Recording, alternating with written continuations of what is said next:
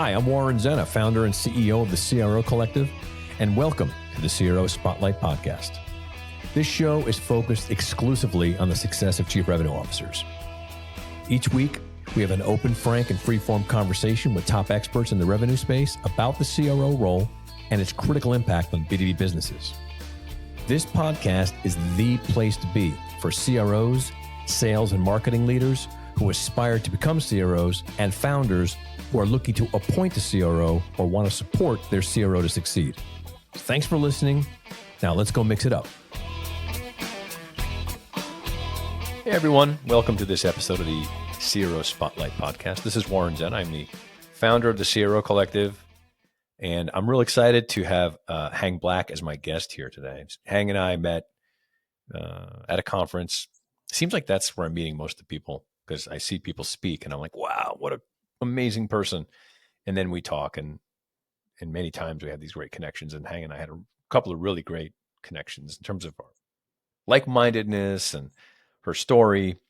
So I wanted to bring her on because after our conversations, I thought, boy, this would be really good for my audience to hear. So Hang, thank you for being here and welcome.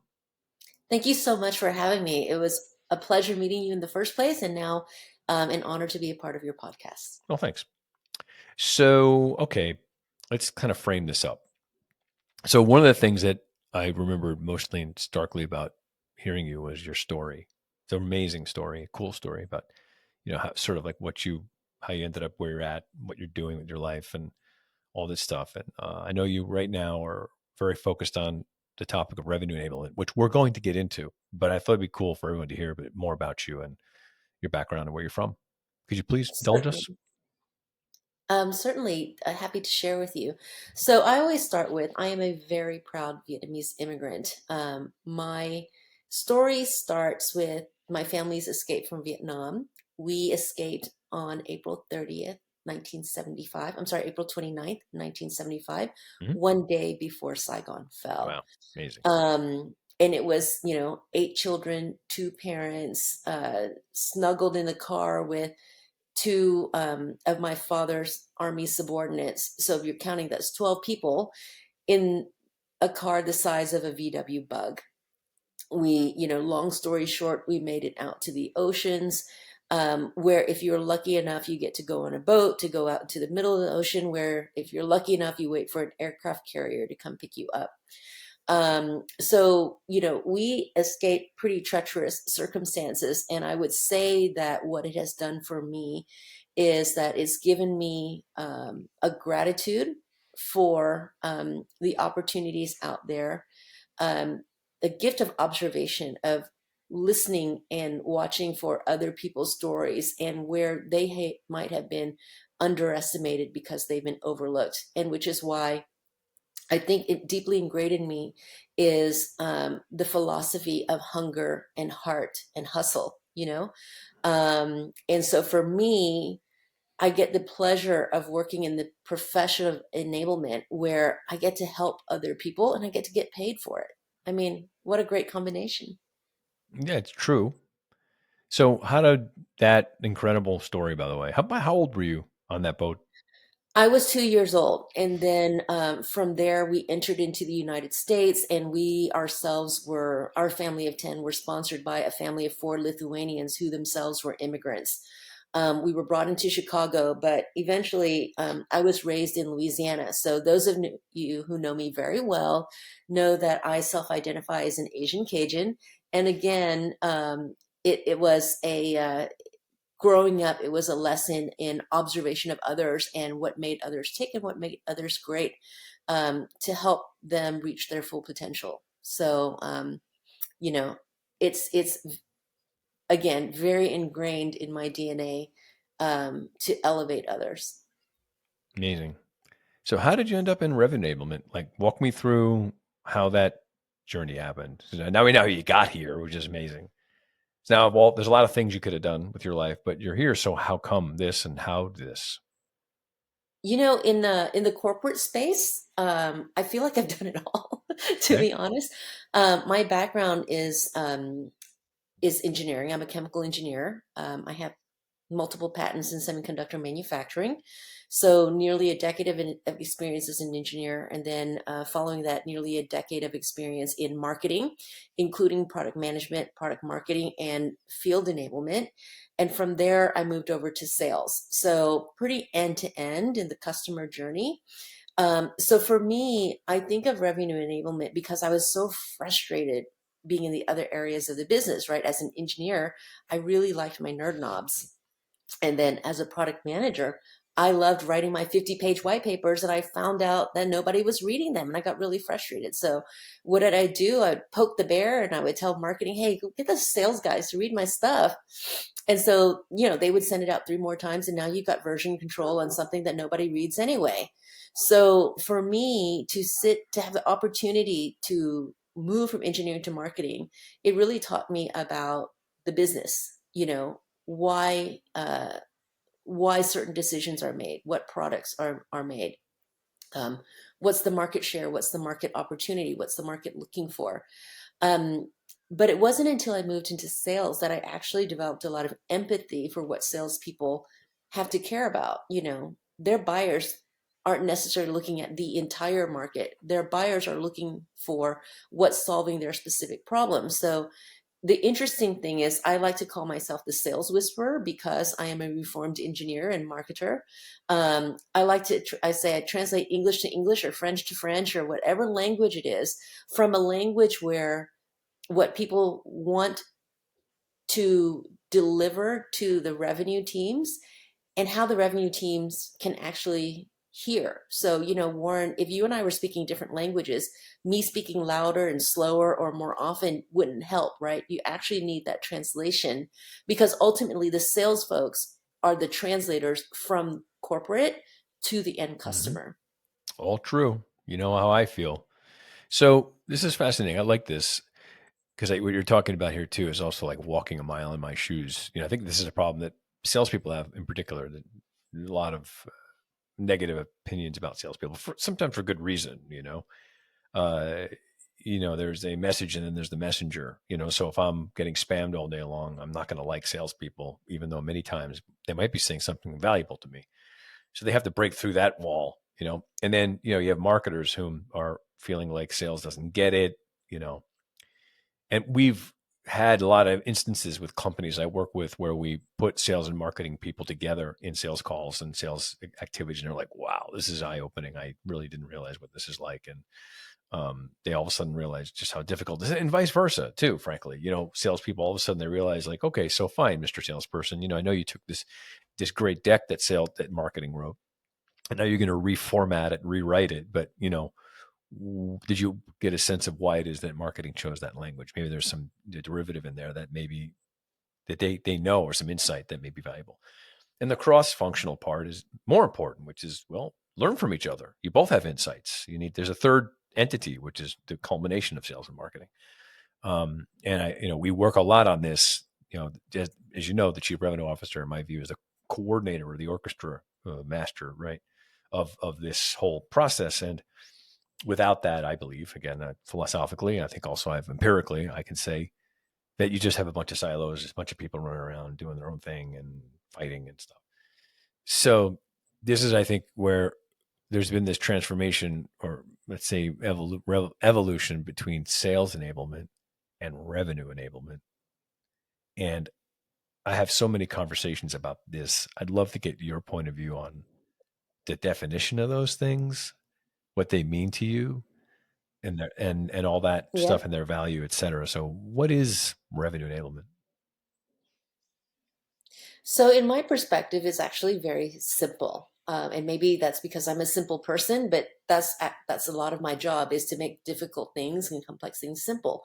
For me, the difference in sales enablement and revenue enablement is very simple in that it has to do with the audience. Because at the end of the day, you have to tailor your enablement program to your audience. So, if your audience is primarily sales, so I'm talking SDRs, AMs, AEs, then yes, that's sales enablement. Once you bring on the customer success side of the house, that is true revenue enablement, right? Because it's pre-sales, it's in pipe, and it's post-sales. And then there's what people call go-to-market enablement, which then I would include, sales plus services plus marketing, which may or may not include end customer enablement. So in the what I'm seeing most people go to right now is more on the revenue enablement side, which it's not just covering sales, but everything internal to the revenue engine, which is sales services, and partners, internal partner account managers. So for me, that's where the engine is. If you're only servicing the sales side of the house, then sure, it's sales enablement. But the revenue enablement side starts getting more complex in that, you've got customers that you're trying to renew or upsell as well. So, that's that piece of it. Now, revenue enablement, also from a portfolio perspective, we're not just looking at product, but we're looking at, and we're not looking at just sales skills, but, operational skills as well. Like, how do you do your day-to-day job? People forget that a lot of our job is navigating this digital world that we're in, whether it's just how to be productive during the day, but also how to communicate with our customers, right? Because now we're communicating through sales cadence tools, social media tools. How do we access all of that rich resourcing to get our jobs done really well with less friction? Interesting. A lot to unpack there. So I never heard this before. So you make a distinction between revenue enablement and go-to-market enablement, and the distinction I heard you make is that it pulls marketing into it at go-to-market, whereas it doesn't on revenue. Is that true? What you're saying? I think Okay, I everyone's see. So definition is that's your different. point of view. So for me, this is my point of view. This is purely my point of view. So I worry when people say go to market enablement, like what does that mean? So for me, it's like, what are the different layers? Go to market enablement to me, it would include marketing and would include customer Yeah, enablement because you're working with marketing yeah, collateral and I content. absolutely agree with all this. I'm just I'm unpacking this as we're talking here, right? So because I've always sort of thought of the difference between sales and revenue, which is maybe like an earlier iteration of this conversation, which transformed, I think, during the RevOps revolution, which is probably in the last 4 or 5 years. And looking at the world less from just through a sales lens, but looking through a revenue lens. And, I hear some people say, oh, they're the same thing. It's just a different word, sales and revenue, same thing. And, I don't agree, mainly because I think you and I agree revenue encompasses a lot more activity than just sales motions, right? And that, That's right. this is where I would say I'm interested in hearing your point of view on this.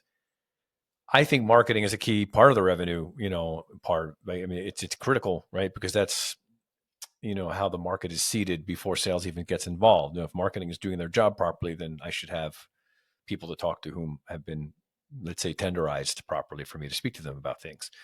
And I think without marketing as a part of the component, it's not a revenue conversation because I think marketing is a critical part of how revenue is built. And I'm hearing you say that, again, this is your point of view, so I just want to understand it, that you look at revenue enablement as not including marketing, but go to market as including marketing. And I'm just curious to know how you kind of rectify that if I make that distinction.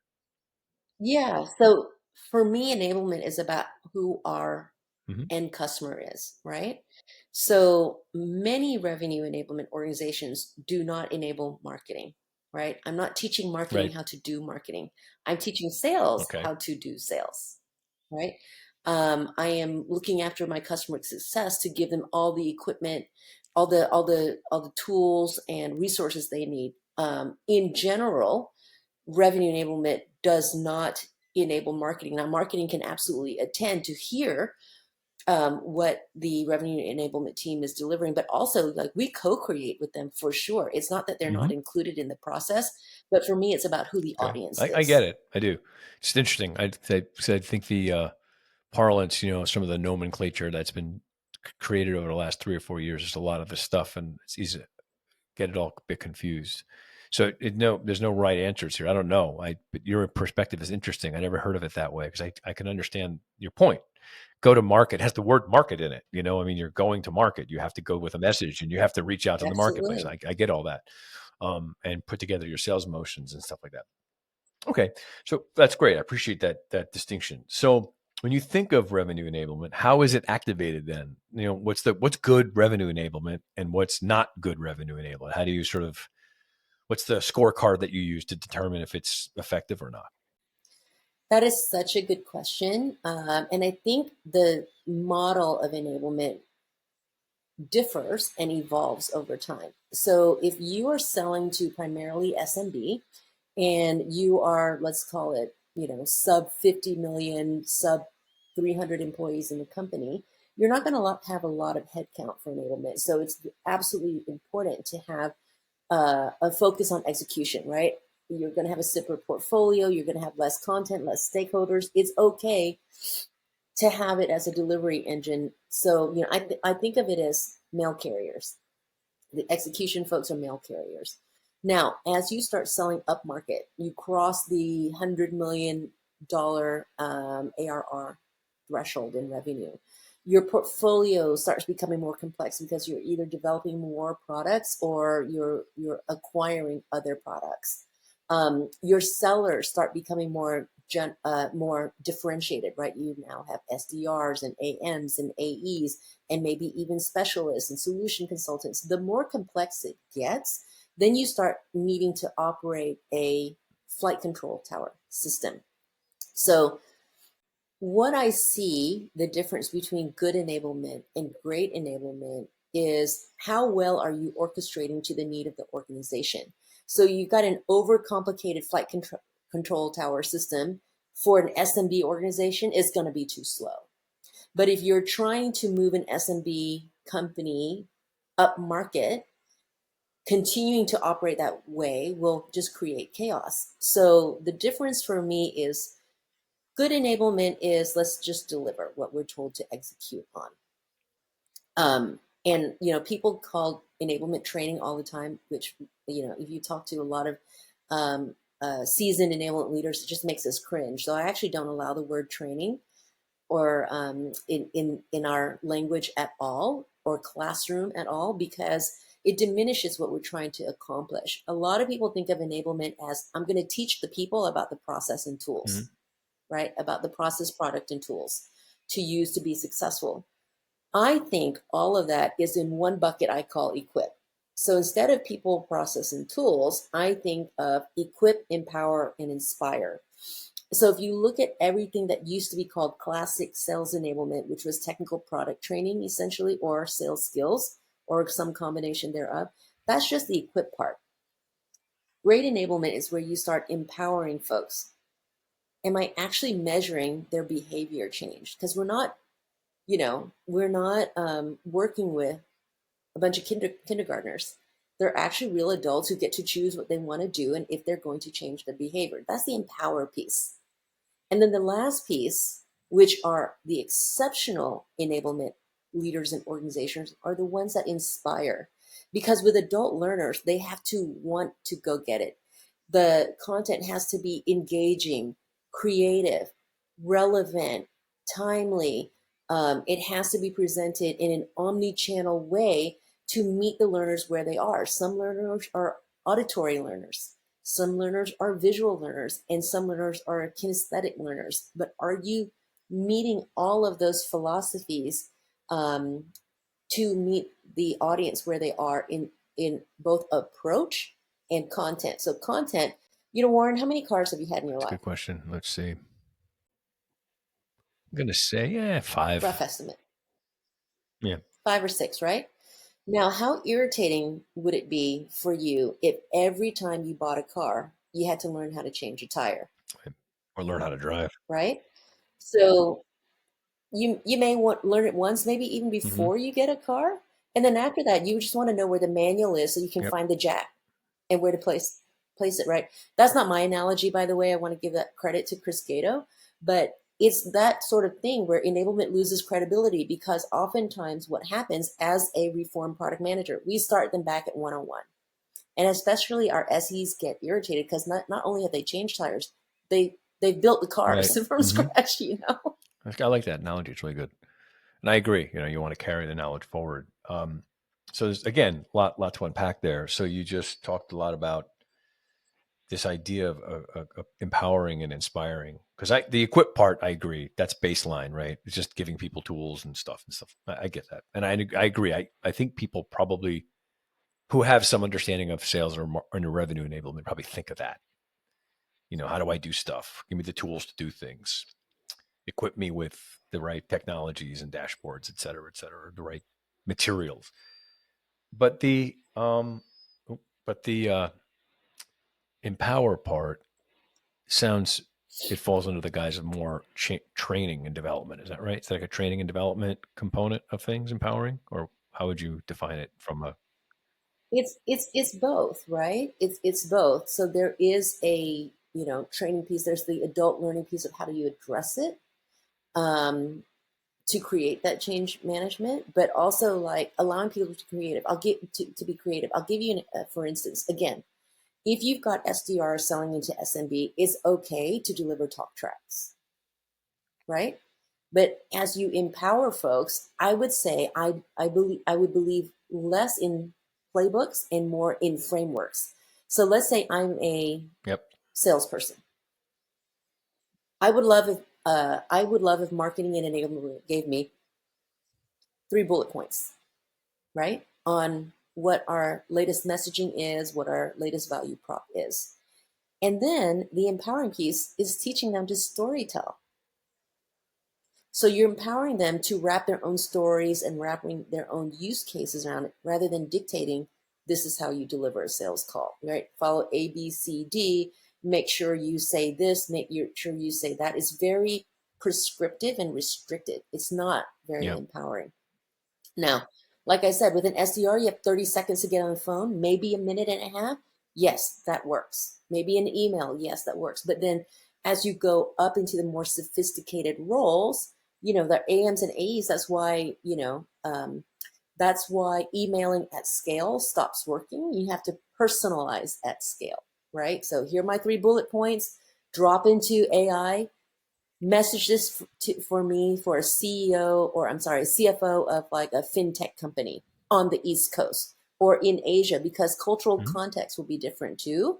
So, for me, that's the empowering piece, which is not Right. just training. So it sounds like it's almost creative. That's It's right. creativity. It's okay. So you're right. I mean, I give someone a script, and you could tell, when you're on with someone who's reading a script, it's pretty obvious that they're reading a script, and it feels like you're being read a script. But humanizing a message is creative process. There's a training component to it, but it's really how do you make this more your own, right? So any learning, I think when you get to from apprentice to master, you move through the point where you're mimicking as an apprentice, and then when you own it, it becomes your own version of that, right? And then you become a new That's right. master. I went through this. I had the benefit of my first sales job, and I was really young, was with someone who was really exceptional at this, and I was trained to mimic. He would get on the phone or he would write emails, and I would listen, and he had a very specific way that he structured the conversation, knowing certain things and how he said them, and he was able to package the benefits and things to people in a certain way. And I just would literally sound like him. It was weird. Matter of fact, people would laugh at some point. They sound like two people, the same people, talking. And I got to the point where I started seeing this happened organically. I think I would say that differently. Like based on my own iterations of this, I would say this differently. And so I started saying it differently, and I started experimenting with different ways, and it was better. It, in fact, was more effective.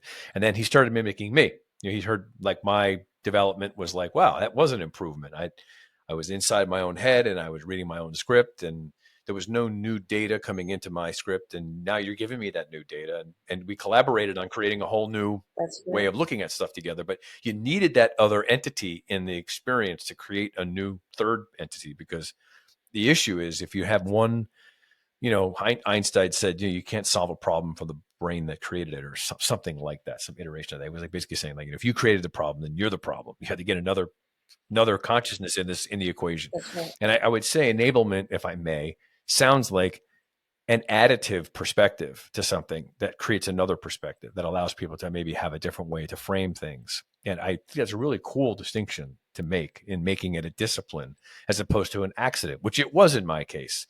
we didn't discuss this. It wasn't like, well, what's going to happen is you're going to learn more and then you're going to share it with me. It just happened organically. But I could see how that being a process would be amazing to say, okay, guys, here's the basic marketing language or sales language. Go to market with this language because it works. We've done it enough and we got customers from it. As you improve it, here's a way in which we could capture the improvements and add them to the system to make everyone better, right? I see that as being sort of, at least my interpretation anyway, of what you're saying is that how do you add creativity to the process so that, like you said, storytelling, which I agree is fascinatingly a whole topic in itself, how stories are almost like music to people, That's really, right. honestly. They are. The best speakers, they're sort of have not only is the story great, but the way the story is told, the structure of a story, like it has some conflict in it, or it has some moment of decision in it, or there's some change that you can identify with it. It's personal, you know, and if you can bring that to a sales conversation, you have a really great opportunity to make a big difference. And I see that as being a disciplinary function would be great. I don't see it happen all that much, to be honest with you. I think most of the times it's mostly very accidental. Yeah, and it's so funny, the storytelling piece of it, which is also, often underappreciated in what needs to happen with enablement. On the empower side, you probably don't remember what date Saigon No, fell I knew in it my was story, 75, but I but didn't know the date. By no means yeah, would I know the date. No, right. I certainly But do. you I remember remember the image that of the it was helicopter 12 falling off people. the tower, and Right. You remember this, like every time we talk, you're like, yeah, remind me of the story I again. was And what holds in your 15. memory is that it was 12 people in a car the size of a VW bug, and the image of what we didn't talk about earlier in this interview, because I don't want to be too repetitive for people who might have heard me speak before, but what people remember oftentimes is the image of me as a 2-year-old toddler being thrown from a tugboat to an aircraft carrier. Amazing. um, you know, Sure. that's the And that memory is the that image I people keep remember living. most. When you said that, I was like, wow, that's crazy. It's amazing. It's amazing, and you're right. I mean, it's images, it's weird. Our culture, probably since I'd say, if I might be, probably even track it, probably since probably the mid to the late 50s, certainly the 60s and the 70s solidified it. But we have a movie making system in our head. We add Mm. soundtracks, edits, zoom shots. Stories are told to us that way so compellingly that when someone tells a story, your brain becomes Spielberg, and you sort of like picture the way it must look. And it's interesting to understand how the brain works. And I agree with this wholeheartedly. When I'm working with people, because I train a lot of salespeople, I'm thinking about these things. How could you create a more compelling way to evoke this to them that's relatable, right? So that they are involved more. They're participating in a conversation with you. There's a, and you obviously know this. Your story that you share is, you're lucky. My story is boring. I've told my story. Be like, yeah, so great, suburban Jew, wonderful, nice. Move on. So it's a really cool story. Um, and so I think this is a neat thing that you're talking about, this empower thing, which is how to turn that into a methodology of sorts and bake it into a process as opposed to kind of hoping it happens. So then the inspire part seems like it's sort of almost a natural outcome of that, because if I'm doing a good job, other people are going to be inspired to do the same thing. I'm assuming that's what you mean by that. Am I correct? Yeah, for sure. The empower part is so important because Yep. it shows trust in your adult learner. They're professionals, some are younger, some are older than us, but we treat them as adults. The inspire piece is the part that makes you want to love to go to work. Here's an enabling team and organization who really sees me, who cares about what I need, who makes things relevant to me rather than just delivering what everyone's asking for and treating me like a cog in the wheel. Because, honestly, if enablement was only about training, we can be replaced by bots. Mm-hmm.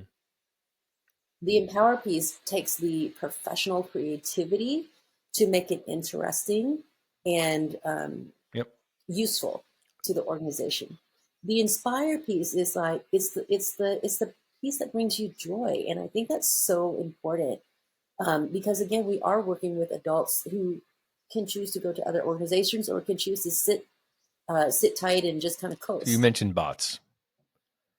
So you and I talk a lot about AI. You mentioned AI in this conversation. I want to hear more about that. Like, what's your Yep. thoughts on the way, hey, just your perspective on it, because it's just this constant topic, Hmm. and how it's being used in the stuff that you're referring to. And I'd be really eager to hear that implementation of AI tools in what you're talking about. Yeah, I mean, I look at AI as augmenting the human versus replacing the human. Now, will it replace some human functions? Yes. But, 5 years ago, did we ever think there was going to be a career called influencer, right? Um, 20 years ago, was there going to be enablement in the in the way that it's delivered now? Um, Few years from now, there's probably going to be a category of AI prompt engineers. You know what I mean? So will it replace some jobs? Yes, but will also create other jobs. So augmenting the human would be taking the menial stuff. I mean, I write, and it is frustrating when I have an idea in my head and I just don't have that like first spark. So for me, AI is great at creating, doing the mundane, doing the initial things, um, uh, replacing tasks that can just help you with a first draft and whatever it is you do. It is still up to you to take that first draft and make it Mhm. amazing. Um, and the other thing is, menial tasks. Like there's a company uh, I'm really watching out for right now called Docket. We suffer through finding content and finding what's the most relevant content. Docket sits on your Slack channel, on your Teams channel, and you just say, find me a battle card about X, right? And it looks for the most relevant pieces of content, or find me the most relevant competitive value against this competitor. It will bring it up for you within 7 seconds, right? And versus you would have to troll through all of your CMS to find it. So those types of things can just help us be more efficient because there are things that will take longer in time. It used to be that we could send out mass emails to hundreds, thousands of people. Now we got to customize each one. That takes time. So I get it. So you're in that instance. I don't want to get on a wormhole, but that particular platform you mentioned, is it deriving that information from searching the internet, or is it searching your own internal data, or both? It I see. searches what you tell it to. So it could be some combination of these five I see. external web pages. It could be, but primarily it's I for understand. internal documentation. Okay. So what might Yeah. be some, so you just mentioned about how it sparks something for you. Like you use AI as to kind of get you like a launching pad of sorts to get you started. What are the platforms you're using? Are you using like ChatGPT, or what's your go-to? Well, because there's a lot of options out there now. Yeah, I mean, I definitely use ChatGPT for content. I use others for images, and I don't need to be um, talking too much about vendors here in a moment, but also like there are a lot of vendors who are embedding Sure. AI into Hmm. into their systems. So for me, it's about leveraging those bells and whistles because a lot of us, especially in the SaaS industry, we know that SaaS has pulled back, and it's because we're not getting high adoption. But not only we're not getting high adoption, we're not getting adoption of the more sophisticated features. So in there is AI, right? If we can use the tools, I would rather have less licenses and use them to full capacity than to have many licenses that are I see. used So on a it's like a service. utilization You know what I thing, mean? really. So it's interesting. I'll hear about that. So you're saying then people aren't digging deep enough into the products they're buying. They're using only like two or three of the features, Absolutely. right? I mean, I know I do. I probably, when I use a Yes, tool, I'm probably using like the three things I need most. There's probably 80 other things in there that I don't even dip into, mainly because I can't recognize their use or they maybe seem too complicated. And you saying that AI is like an assistant to dig people deeper into those features? yeah, and you'll see the good news is a lot of these tools that are embedding AI, almost everyone has what's Okay, I called a get your point. co-pilot, Yeah. In other words, just making suggestions, right? saying, "Hey, you should try Which out is this kind of feature like now," or "Now that you've done this, you should do that." that's right, That makes a lot of sense, and that's I right. do see that. I see now because I'm, as like you, I'm kind of a nerd, so I always enable it. It Because is it is hard, right? We're all 100%. creatures of habit. I read something today where you don't use 70% of your space in your home. You maybe access you probably wear 70% of what's in your closet. There's So a lot so of things true, we don't and access to yet its you full keep the extent. shoes because you So like them.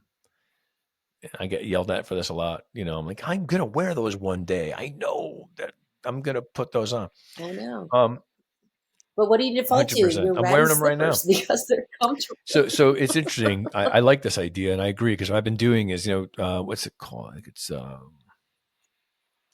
Slack just launched just recently an integration of AI that I purchased. I thought, cool, I'm going to see what it does.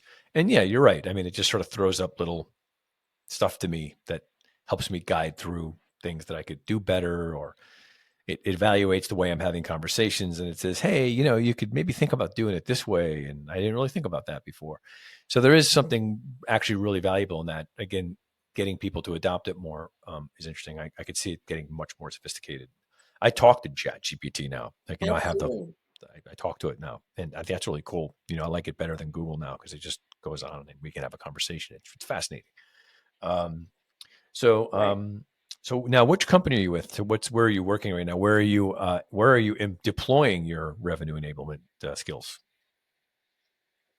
At the moment, I've been having a really fun time advising for companies with Okay. 10,000 plus employees on how to build their enablement organization efficiently. What rev tech would I recommend to them? Looking through, what programs they have, what programs they need, and just kind of up leveling what they have built in its existing form. So that's been quite fun because it's remarkable. I've worked at companies that are hundreds of thousands of employees and 300 employees. And there are things to learn from all of them. And there are mistakes that are very common. So, what I mentioned about from mail carrier to flight control tower, I'm not recommending the flight control tower for everybody, by the way, but where are you along the journey to make sure that it's as sophisticated as you need to be while being as simple Mm, as it can be? yeah, I run into this a lot, as you know. I mean, what I'm trying to do is I'm trying to implement a leader to kind of oversee all this stuff, so that there's a single point of, let's say, success and failure. And I think these tools are now becoming much, much more critical to how people fulfill on what they're trying to do.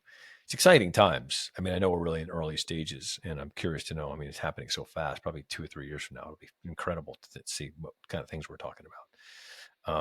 What's sort of like on next horizon for you? What are some things you're working on right now, or things you want people to know about? And how can they reach out to you and talk to you? And what is it they can you can help them with? LinkedIn is definitely the best way to reach out to me. I do have a website, hangwithhang.com, Mm-hmm. pretty easy to remember. Those are all of my social handles are hang with hang. Um, but I'm also looking at writing my second book on the first one was for immigrants and women in the workplace. The next one will be actually for the allies. So if you know me, I'm pretty data driven. So a lot of the a lot of the book content is around, what are a couple of real life stories, and then what's the neuroscience behind what happened so that we can Mm-hmm. adjust to it, right? Because if you bring in the neuroscience, we take out all the emotion that can be explosive, and we take out any victim blaming or privilege shaming, and actually just look to how we can um, Mm-hmm. work better And what's together. the end goal there? What's your vision for that effort? Well, the problem with the conversation around DEI is that a lot of people feel like it's driven out of or should be driven out of HR. And for me, my belief is I'm not an HR leader that cares about the business. We need to have the business leaders to care about this initiative. And not just because it's the right thing to do, but because it is actually very good for the business. Did you know that only 2% of VC Hmm. funding goes to women? And yet, um, women have a 65% success rate in in in their companies, which is significantly higher than Yeah. male-led firms. That being said, it is not my aspiration to say that women are better at things. I just think that there are areas in the market, like why wouldn't we level the playing field to make Hmm. more money together? It just doesn't make sense to me. However, those conversations, yes, my first book primarily focused on those who have been under recognized and what they can do about it. But what I saw happen was when white men read it to the end of the book, they would ask me, "Oh my goodness, I just didn't know. Now I have the it's almost like someone Hmm. gave me glasses to see what can I do about it now." So that's the goal of the second piece is that, we can't make this transformation without the people Okay. in actual power. Otherwise, it looks like a bunch of us whining, and that's not the end goal. The end goal is how do we bring others along so that they can help lift up the community. So I think of, there's sponsorship and mentorship that's very one to one, but allyship and role modeling, that is very much where we can move the needle on that. On that, and I'll be very frank with you. Hmm. DEI is under attack. People have a problem with the word equity, and it's not about making it easier for people who are less qualified. It's about leveling the playing field to make it the same for everyone, so that we can bring the best of the best to the Makes table. sense. All right. What's the name of the first book? The first book is called Embrace Your Edge. I'm very proud to say it is a Wall Street Journal bestseller. And I speak on the topics in there, and I hope that people have Embrace Your really Edge, enjoyed it. right? Got it. That's And right. can you reveal the title of your next book or not? You haven't I'm gotten there I'm yet. I'm All right. I'm still noodling on that one. I'm gonna have I was to going to ask say you need ChatGPT a for some little advice. creative support there. Well, look, as I expected, this was great, and I can't thank you enough for taking the time out to be with us. And I'm look forward to working with you on some stuff. And thanks for talking to me. It's been a pleasure. You Thank got you it. so much, Warren.